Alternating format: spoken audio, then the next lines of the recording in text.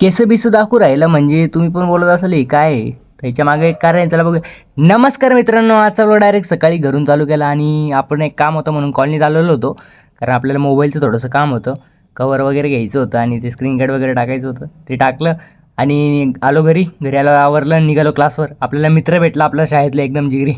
नंतर आलो क्लासवर. आज होता पेपरला आपण डायरेक्ट बसलो अभ्यासाला. नाही, हे बघा मी अभ्यास करू राहिलो, पिक्चर पाहू राहिला.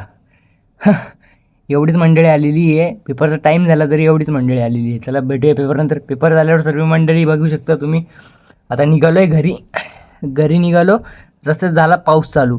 एवढा जोरात पाऊस चालू झाला तर मग थोडंसं थांबलो. मग आलो कटिंगला. बघू शकता हा लूक आहे आपला कटिंग नंतरचा. कापावं नव्हते वाटत पण कापला आहे. म्हणून आजचा ब्लॉग हे बघा. नील भाऊंची पण कटिंग वगैरे केली. भूक लागली होती. थोडंसं आलो व म्हणलं वडापाव वगैरे खाऊन घेऊ. बाहेर आलं म्हणजे खाल्लंच पाहिजे काही ना काही. निघालो घरी आल्यावर थोडीशी मॅच वगैरे बघितली.